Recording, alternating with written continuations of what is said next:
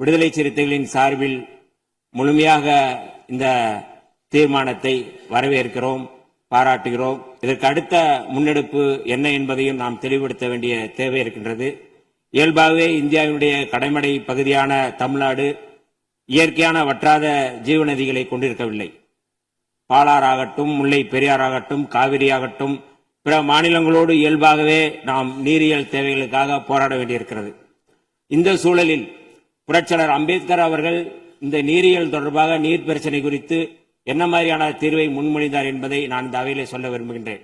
1942 முதல் 1946 வரை ஆங்கிலேய ஆட்சியின் கீழ் அமைந்திருந்த இந்திய அரசில் தொழிலாளர் நலன், பாசனம் மற்றும் மின்சாரம் ஆகிய துறைகளுக்கு அமைச்சராக இருந்த புரட்சியாளர் அம்பேத்கர் அவர்கள் மிக முக்கியமான இந்த மத்திய நீர் ஆணையம் தொடர்பாக அன்றைக்கு முன்னெடுத்தது தொடர்பாக இன்றைக்கு நமக்கும் பயன்படுகின்றது. மக்களுக்கு பயன்படும் நீர் ஆதார திட்டங்களை நடைமுறைப்படுத்த நதிகளை தேசியமயமாக்க வேண்டும் என்ற கருத்தை புரட்சியாளர் அம்பேத்கர் அவர்கள் முன்னெடுத்திருந்தார்கள்.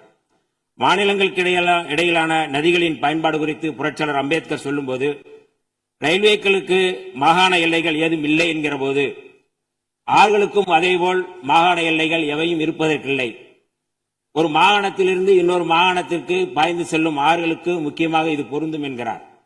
காவிரி நடுவர் மன்ற தீர்ப்புக்கு எதிராகவும் கடந்த 16/2/2018 அன்று வெளியான உச்சநீதிமன்றத்தின் இறுதி தீர்ப்புக்கு எதிராகவும் ஒன்றிய அரசின் நீர்வள குழுமத்தின் திட்ட மதிப்பீட்டு இயக்குநரகம் மேகதாது அணை தொடர்பாக விரிவான திட்ட அறிக்கையை தயாரிப்பதற்கு கர்நாடக அரசின் காவிரி நீர்வாரி நிகம நிறுவனத்திற்கு அளித்த அனுமதி தொடங்கி தமிழ்நாடு இதனை உறுதியுடன் எதிர்த்து வருகிறது.